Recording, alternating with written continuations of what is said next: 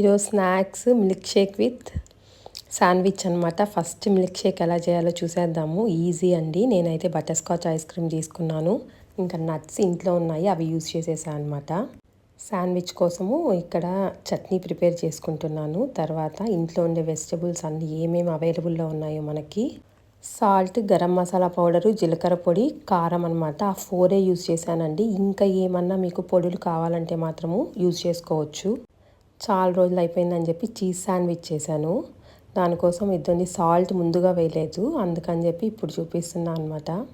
Bread తీసుకొని మొత్తం ఇంకా పుదీనా, కొత్తిమీర చట్నీ చేశాను కదా, అది ఫుల్ అప్లై చేసేసి ఇంకా వెజిటబుల్స్ వేసేసాను.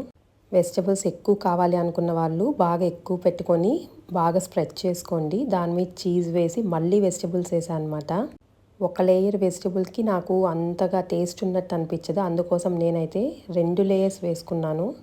వెన్న అండి, మోస్ట్లీ నేను ఇంట్లోనే వాడతా అనమాట.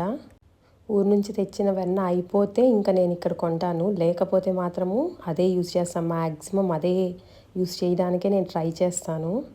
బట్టరు అలా అప్లై చేసుకుంటూ శాండ్విచ్ని అటు ఇటు తిప్పుతూ రోస్ట్ చేసుకుంటూ ఉండాలండి. బటర్ మాత్రం 2 సైడ్లు తిప్పేటప్పుడు కంపల్సరీ వేసుకోవాలి, లేకపోతే మాత్రము సరిగ్గా కాలదు, అదొక గట్టిగా వచ్చేస్తుంది అనమాట. ఇలా రోస్ట్ చేసుకున్నాం అనుకోండి, సాఫ్ట్గాను ఉంటుంది, దాంతోపాటు క్రంచీగా కూడా ఉంటుంది.